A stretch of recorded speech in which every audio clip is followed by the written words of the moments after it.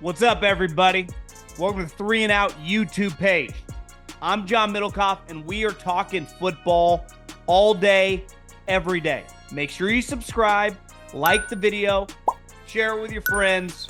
Let's roll, baby. Okay, mailbag. At John Middlekauff, Instagram. Fire into those DMs. Just my name. DMs wide open. We'll start with Cole. Thought for the bag.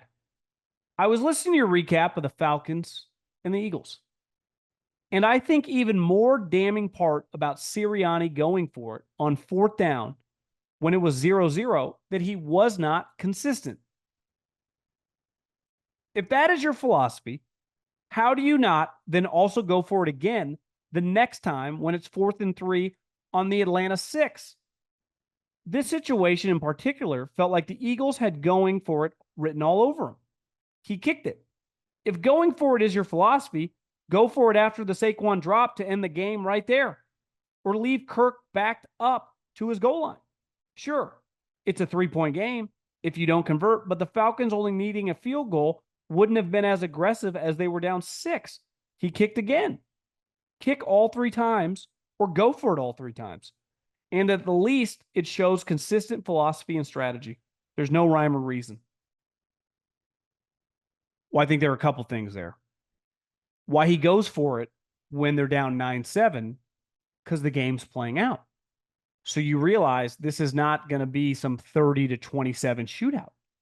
This is going to be a low-scoring defensive game.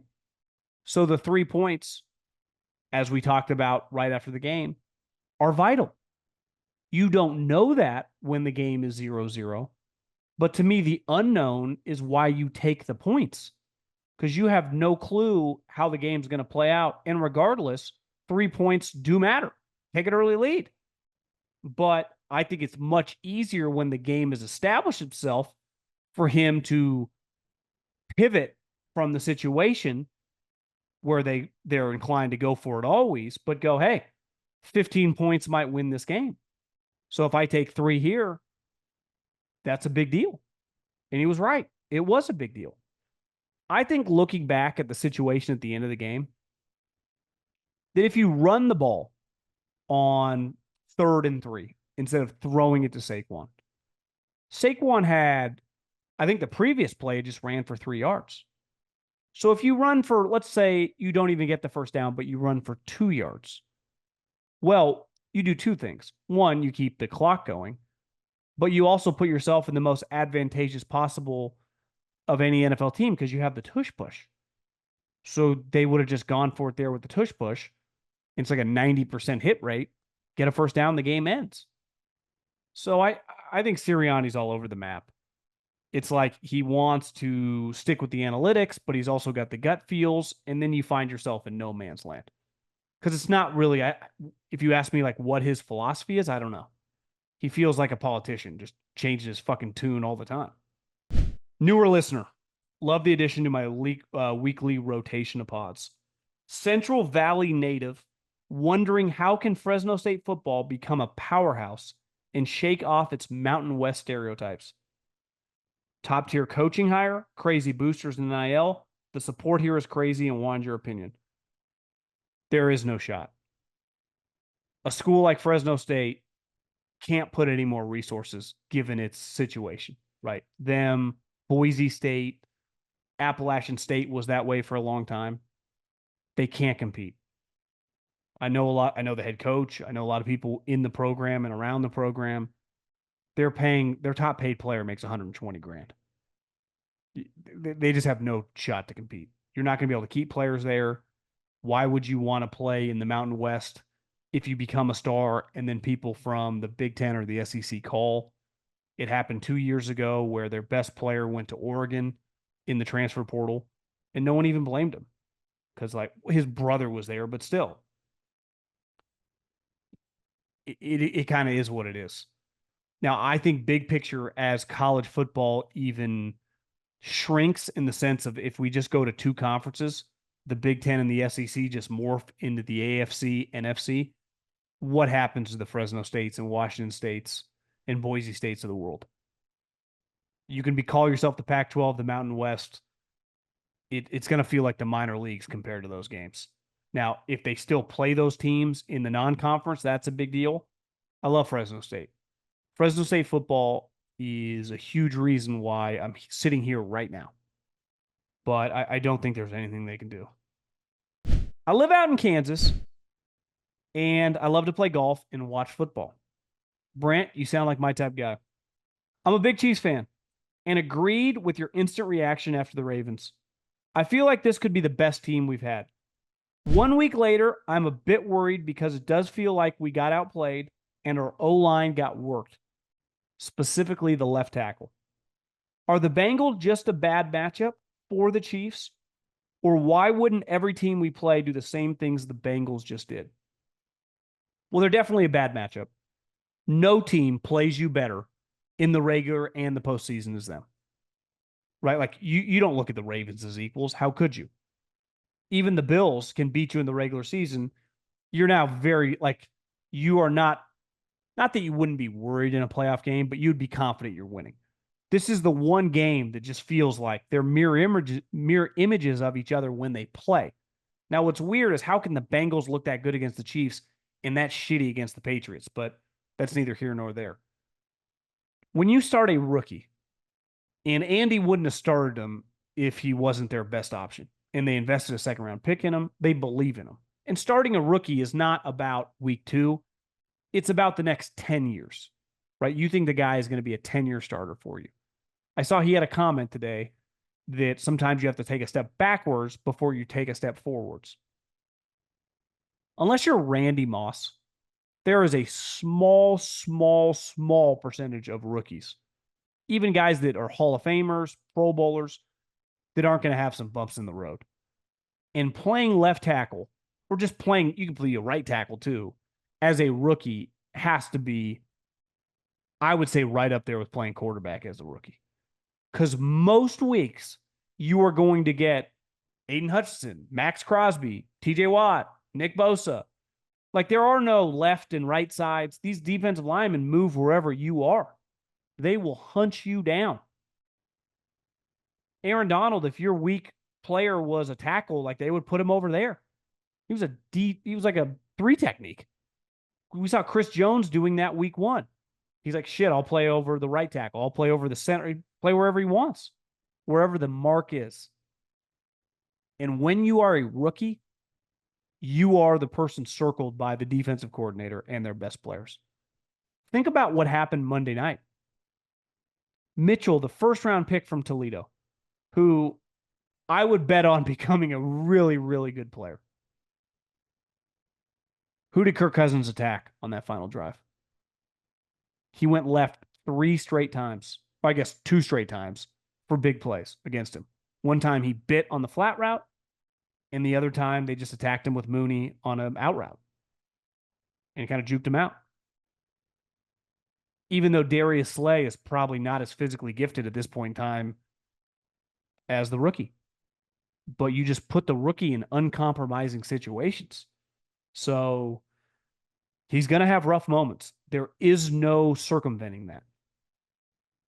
You can't get away from it. Like this week, you play the Falcons. Well, I know Judon was over the right tackle, but why wouldn't you line Judon sometimes over the rookie? When you play the Raiders, where do you think Crosby's going to line up? When you play the 49ers, like, where do you think they were going to put Nick Bosa? You're just going to, Harbaugh is just going to be relentless with Mack and Bosa over the guy. There's nothing you can do. There's no way you can give him help, but like, you just kind of got to work through it. And this is your greatest benefit as a Chiefs fan, is your quarterback's a fucking magician. One, he can get the ball out of his hands when he needs to, and he can just make things happen. But he's going to take some sacks because of this player. A lot was made of Kyle Pitts and his potential. In the fantasy football community and among Atlanta Falcons fans, everyone's always blaming the coaches, the schemes for underutilizing the player. Well, now the quote-unquote bad man, Arthur Smith, is gone, and there's a new coaching crew in town. And Pitt still doesn't put up numbers anywhere near to what he's projected coming out of college. I heard multiple high-level football analysts say he was literally a can't-miss prospect. So what do you think it is? Is he just a bust, or is he underutilized? I'd be lying if I said I've studied him on all 22. I would have to text some people in the league who have really, really studied him. There have been a lot of players like Kyle Pitts at a lot of different positions that were viewed as can't miss players and aren't as good in the NFL. He is not alone. And I think if this season plays out and he's healthy and he doesn't produce that much, it's time to look at him like he was overrated. He clearly was really, really overrated. I think it can be difficult when your tight end is a one-dimensional player, right? And he's a wide receiver. That's all he is. Now, you could argue Travis Kelce is like that as well. He's also matched up with one of the greatest play callers in the history of the sport and one of the greatest quarterbacks we've ever seen. And they've built their offense around him.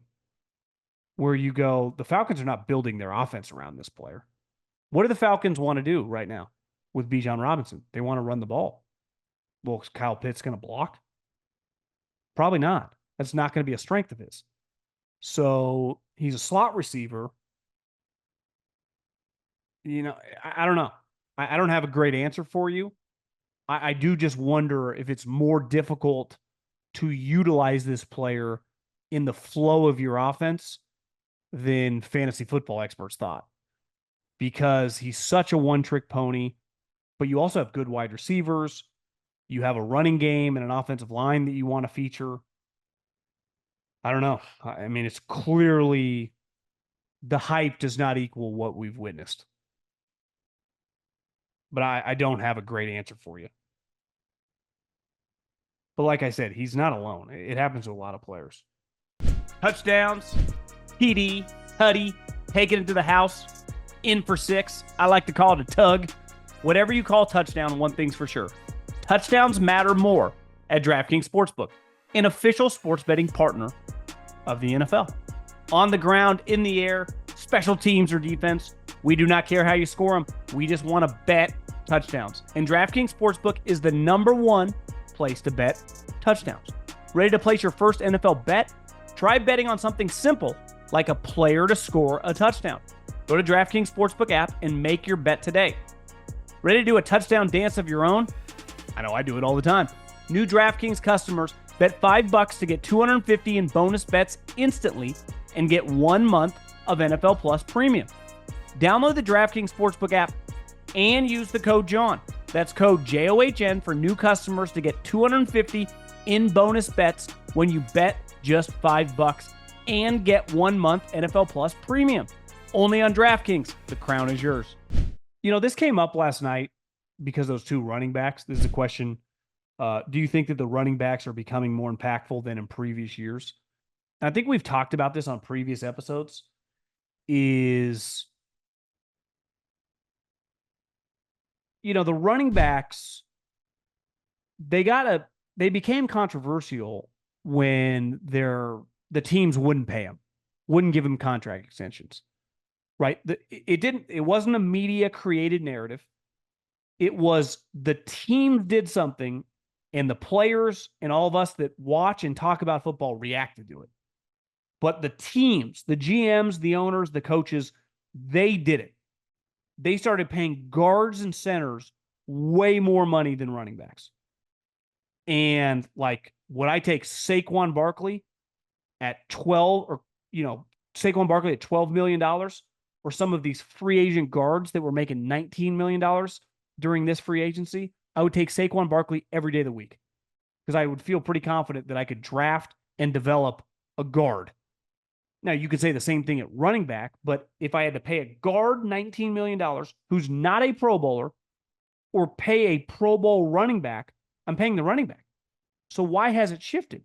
Well, running backs became a deal. They went on sale. And some of these other positions did not go on sale. D tackles, Christian Wilkins just got $85 million guaranteed. Saquon Barkley got 27. So I think the economics of it all shifted. This gets back to the Giants conversation of like, you don't pay running backs. Well, they're not very expensive. They don't cost very much money.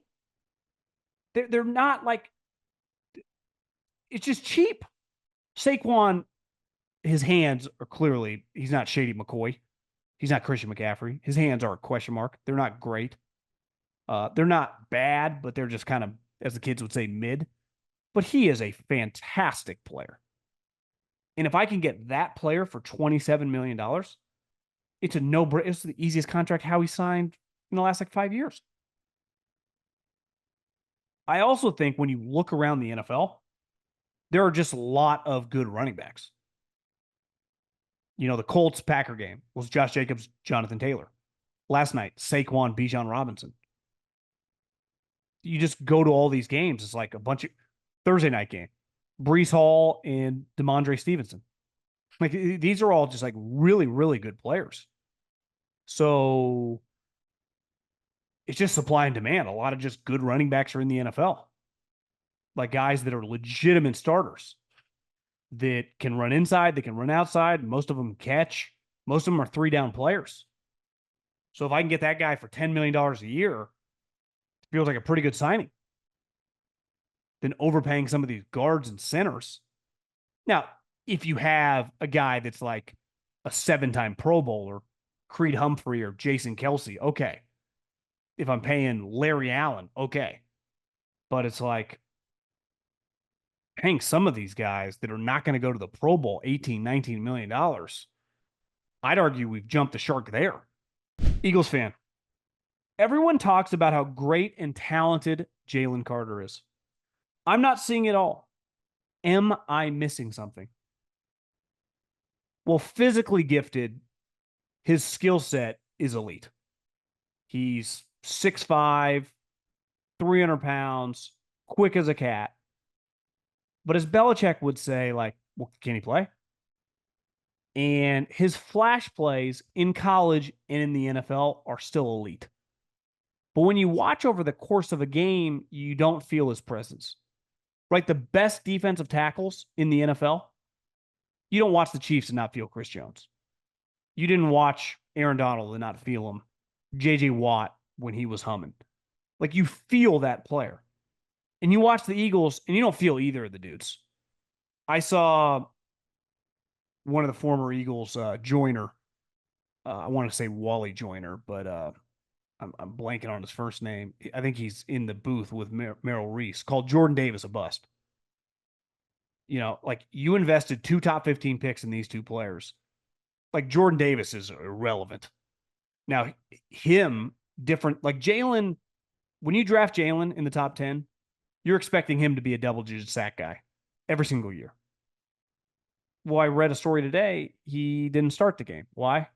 Because he was late for something during the week. Well, what was the question on Jalen? How into football is Jalen Carter? Because you go back to Georgia, it was like just a lot of question marks on the guy. No one argued the talent. But sometimes when your focus is other places, you don't live up to the talent. Jordan Davis just might not be good enough. Like, there aren't character concerns with him. He's just really heavy and gets really tired and then becomes irrelevant in the game.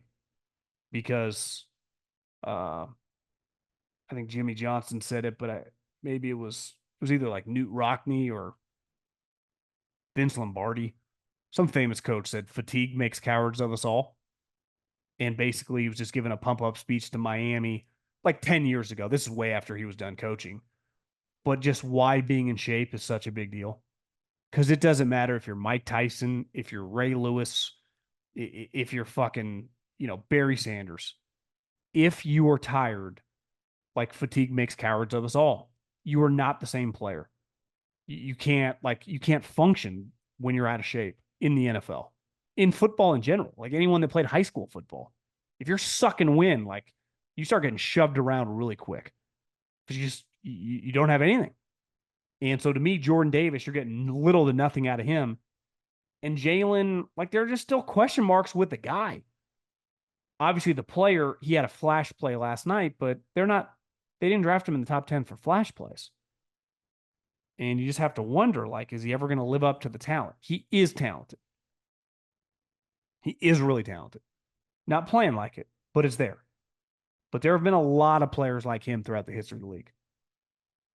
Guys that oozed ability. And because of focus, because of maturity, because of whatever, off the field, the intangible stuff never lived up to it. And sometimes, like, you just get with the right people. There's also a competitive element to this. Like, I would say, let's use Warren Sapp as an example. I think people had some question marks with him as a younger player. Pretty clear he's a competitive SOB, right? Dude was a badass. So even if you are a little iffy about just your study habits and your work, how bad do you want it? Lawrence Taylor, Belichick's been telling these stories for 30 years. Sleeping, coming in hungover, drugged out. When that game started, was the craziest dude on the field. His competitiveness was elite. How elite is your competitiveness? And that's part of scouting. So sometimes average talents become high-end players because they have elite competitiveness. Will Anderson was a guy coming out of college. I think some people question, like, how talented was he? Was he an elite talent? Was he a top 5 talent? You know what no one questioned? Not a soul at the program, not a scout, not a coach. Competitive makeup. So who are you betting on? Will Anderson, that doesn't have the physical gifts. I know they don't play the same position, but let's use this example. Whose competitive character, whose competitive makeup, whose football character is off the fucking charts, or the guy with Hall of Fame talent oozing out of every pore on his body. It's like, yeah, sometimes I care, sometimes I don't. Sometimes it's like, yeah, I'll get off this snap and hold this block and just go to the next snap. I think history would show us who you bet on. And I think when you bet on those guys, sometimes you hit and they become Hall of Famers. And sometimes they're the worst player to have on your team because you hold out hope for so long. The Eagles just lost a lot. Like Fletcher Cox and Jason Kelsey, a lot of competitive character right there. A lot of focus. A lot of like fucking around ain't tolerated in practice. Because what two groups spend the most time together? The O and D line. Right when you break from individual, they usually go together. Right? So it's like, that's a big loss. And I just think you're seeing guys underperform. And I think sometimes, and I'm guilty of this, we blame coaches, right? And I put a lot on coaches in the NFL. But at the end of the day, certain humans, like if you can push every button, if they're unwilling to do certain things and have the competitive makeup, you could argue it doesn't really matter. I know this, the Patriots and now the Chiefs are doing this, won a lot of games and a lot of Super Bowls with a lot of guys playing on both sides of the ball that not many people would have said will be starters on the best team in the league when they were in college or around the draft time. But their character, their football intelligence, their intangible makeup is a separating factor. And the one thing I learned working in the NFL and now doing this for a long time is that stuff is still underrated. We don't talk about it enough. And I'm just as guilty as anybody. I listen to the show every day. Huge Bears fan. Why are the Bears not interested in a guy like Clint Kubiak? The Vikings have the tall Sean McVay. The Packers have LaFleur. Why would the Bears not be interested in a young offensive coach? Well, they kept Eberflus. So if you're talking about as a head coach, they decided to roll back with Eberflus. He got his makeover, his hair, his beard, and I don't think the Bears are going to make the playoffs. So they're going to be in the coaching, right? They're going to be looking for a coach. I think the question mark is going to be, will they go with one of these offensive hotshots? And I would imagine because of the Caleb Williams influence, they will. So Ben Johnson, Clint Kubiak, any other star guy working for O'Connell, McVay, Kyle in that world. I would be, if you tell me right now, Bears miss the playoffs, Eberflus gets fired, who do they hire? I think 100% they do that. Now, you could argue, why not just hire the best coach possible? Why not just hire Mike Vrabel? You don't think Mike Vrabel would work with Caleb Williams? Because I saw Mike Vrabel when he had a healthy Ryan Tannehill. They were good. Like Mike Vrabel works. That's who I think that's a safe hire because for every Kyle and McVay, there are a lot of guys that fail. Now you could argue is Caleb fail proof? Based on 2 weeks, clearly, like it's football. It's hard. There's no guarantee he's going to be some star. So my guess is there would be so much pressure on the organization and on Ryan Poles to hire an offensive guy for Caleb that is what they would do. That they would do that. But look at the team in their division. Like Dan Campbell's working pretty well. Matt LaFleur's kind of unique. He's pretty freaking good, clearly. Whoever they hire, and if you hire Clint Kubiak, the run game should be a huge part of what they do.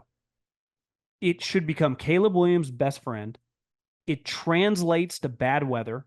When Chicago, November, December, bad weather. Green Bay, outdoors. Right? I mean, it makes too much sense. So to me, Clint Kubiak, I don't know that much about him.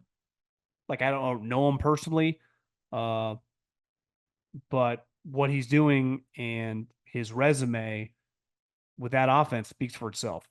Now, there's more to being a head coach than just being a great offensive play caller. How you are as a leader, how you can handle the room, how you are as an evaluator, how you can manage everything going on as a head coach. It's difficult. So you don't really get to answer those questions until you're put in that situation. And let's face it, the majority of guys, it's like, well, 50% of first-round picks fail. I don't think it's any different with coaches. Most coaches are fired within 3 or 4 years. Most coaches don't just become Tomlin, Andy, and Harbaugh. Yeah, 20 years later, they're still kicking ass. Usually the way it works. So it's a very risky situation. And I would say this in terms of you have so much more information.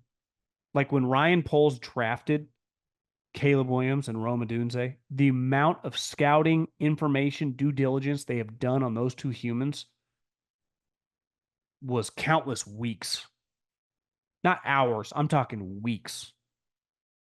When you hire a coach, you do like a couple Zoom interviews, you call some references, and you like watch what their team did. It's kind of a crazy process. Now, it's much easier to evaluate when Andy Reid gets fired. You want to hire Andy Reid? He has a 16-year resume in Philadelphia, right? If Tomlin ever were to get fired in Pittsburgh, which looks like they're going to win the division, but you know what I mean? Like Pete Carroll, like these guys that have coached Bill Belichick, like you know they can do it. When you get these coordinators, it's like, yeah, I like your offense. But how are you in front of the entire team? What do you like when our star running back gets a DUI? How do you handle when your star linebacker's mom gets cancer and has 3 weeks to live and he's really rattled? Like, I mean, you just can't prepare for any of that. And the only way that you know they can do that is if they've done it before. Because if you've been a head coach in the NFL, you've basically dealt with everything. From Deweys to death to injuries to you name it. There's probably not many situations if you've been a head coach for more than 5 years that haven't come across your desk with a player, with a coach. I mean, coaches get in trouble, right? I mean, all sorts of shit happens. Family issues with yourself. It's got to be one of the most difficult situations to hire for when you're hiring someone who hasn't been a head coach before. Because the amount of unknown, given how much you're going to pay him, I mean, you're going to give that guy $8 to $10 million a starting salary. And your success then is immediately tied to that guy. It's impossible to be a good GM with a bad coach. It's literally impossible. It does not exist. There has never been a Hall of Fame or a high-end GM that hasn't had an above average coach. Just like any coach would tell you, there's never been a great coach that hasn't had great players. They all go hand in hand. Like Ozzie and DaCosta look a lot better with John Harbaugh.